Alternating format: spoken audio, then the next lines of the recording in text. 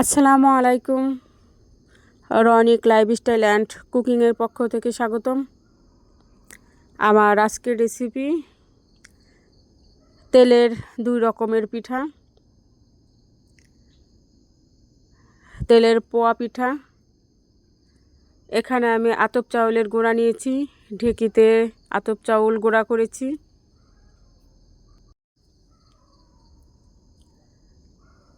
ময়দা, এখানে আমি কিছু ময়দা ব্যবহার করছি। ময়দা ব্যবহার করলে পিঠা বেশি তুলতুলে হয়। কুসুম গরম পানি,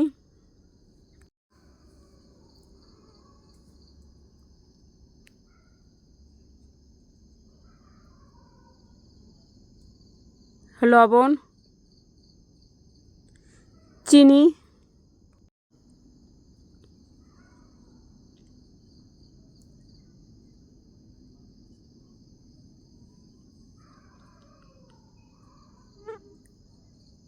ডিম। ডিম দেওয়ার কারণে পিঠা সফট হবে এবং ফুলবে। এখানে আমি সয়াবিন তেল নিয়েছি। পোয়া পিঠা তৈরির জন্য ব্যাটার রেডি হয়ে গিয়েছে। 1 চামচ ব্যাটার দিয়েছি। দেখুন আলহামদুলিল্লাহ কি সুন্দর ফুলেছে। এক পাশ উল্টে দিয়েছি। একই পদ্ধতিতে আমি সবগুলো পিঠা তৈরি করব।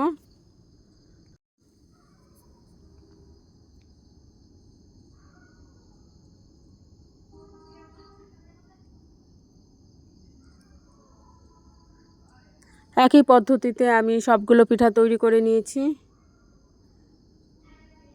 পিঠা তৈরি রেডি।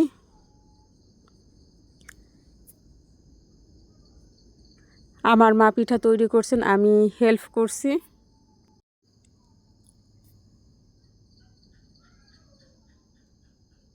চিনির তৈরি পোয়া পিঠা। এই পিঠা 6 থেকে 7 দিন রেখে খেতে পারেন, একদম সফট থাকবে। আতপ চাউলের গুঁড়া, কোরানো নারকেল, ময়দা,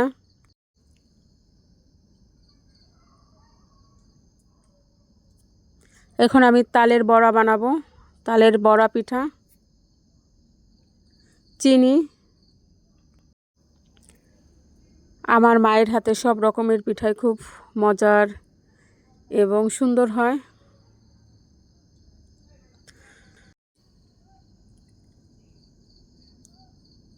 তাল,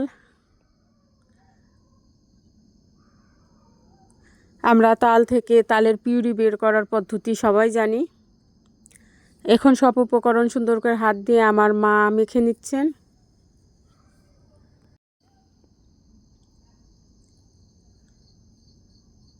ঠিক বড়ার মতো ছোট ছোট শেপ দিতে হবে। আমি সারা বছর তাল ফ্রিজে সংরক্ষণ করে রাখি, যখন খেতে মন চায় তালের বিভিন্ন রকমের পিঠা তৈরি করি।